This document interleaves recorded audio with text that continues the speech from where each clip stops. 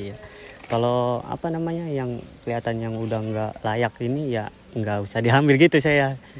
Kalau ini mah ya sehari-hari ya nyari mainan gitu, nyari mainan.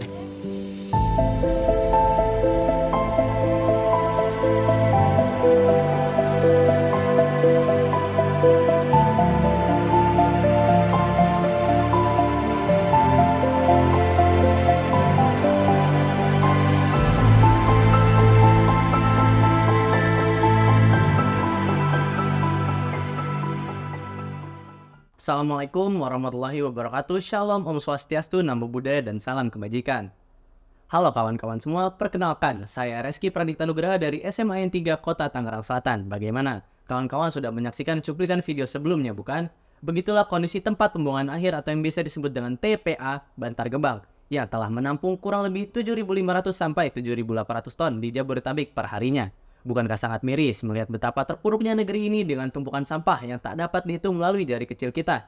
Lantas, bagaimana solusi kita sebagai generasi muda yang dapat menyikapi masalah lingkungan terutama sampah yang sudah semakin menggunung dan seringkali ditemukan dalam kehidupan sehari-hari? Tentunya, kita sebagai manusia yang menghasilkan sampah juga harus bisa membuat suatu sistem pengelolaan sampah yang baik, efisien, dan juga praktis. Tak lupa diikuti dengan perkembangan arus teknologi di era globalisasi yang semakin modern. Pengelolaan dan pengolahan merupakan dua hal yang berbeda. Pengelolaan sampah adalah langkah awal dalam proses penanganan sampah yang mencakup pengumpulan, pemilahan, pengangkutan, dan pemusnahan akhir.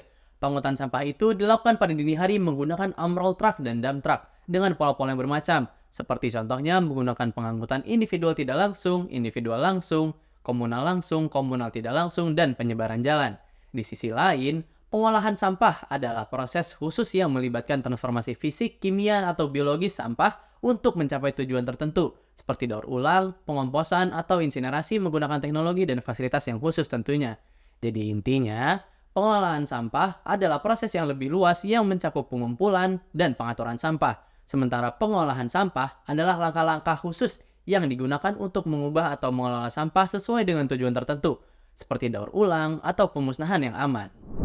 Untuk mendapatkan suatu hasil yang besar, kita harus mulai dari hal-hal yang lebih kecil terlebih dahulu. Maka dari itu, kami membagi pengelolaan sampah menjadi dua komponen. Yang pertama, pengelolaan sampah skala kecil dan pengelolaan sampah skala besar. Apa itu pengelolaan sampah skala kecil? Apa itu pengelolaan sampah skala besar? Yuk, ikut kami keluar. Dimulai dari memberikan sosialisasi pengelolaan sampah sejak dini juga penting sebagai solusi permasalahan efisiensi pengelolaan sampah di kota padat penduduk.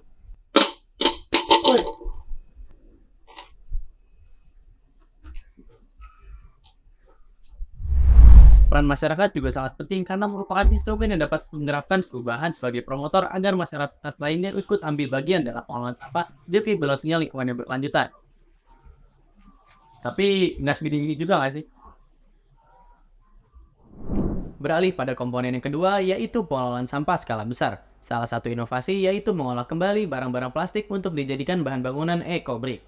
Ide utama dari eco-brick adalah mengambil plastik yang sulit untuk didaur ulang dan menjadikannya sebagai bahan bangunan alternatif untuk konstruksi. Baru-baru ini, ada yang baru saja digagas dan dibangun di Indonesia yaitu insinerasi. Ini dirancang untuk mengurangi volume sampah serta menghasilkan panas atau energi listrik yang ramah lingkungan, karena dalam prosesnya tidak menghasilkan emisi. Refuse Derived Fuel juga tengah dikembangkan di Indonesia. Teknologi RDF ini adalah teknologi yang mengolah sampah menjadi energi biomasa yang akan digunakan sebagai sumber energi terbarukan rendah emisi dalam menggantikan batu bara pada pabrik industri dan PLTU. Dilansir dari mongobay.co.id pada 27 Juli 2020, Kepala Dinas Lingkungan Hidup Cilacap, Awaludin Muri, mengungkapkan bahwa TPST RDF Jeruk Legi mengolah 120 ton sampah per harinya atau sekitar 3.600 ton per bulan yang berasal dari wilayah perkotaan Cilacap, seperti Cilacap Selatan, Cilacap Tengah, dan Cilacap Utara. Dari pengolahan ini dihasilkan sekitar 40-50 ton RDF, yang saat ini dijual kepada PT SBI dengan harga 300.000 per tonnya. Bangunan hijau bertujuan untuk menghemat dan menciptakan lingkungan yang lebih sehat dan nyaman bagi penghuninya.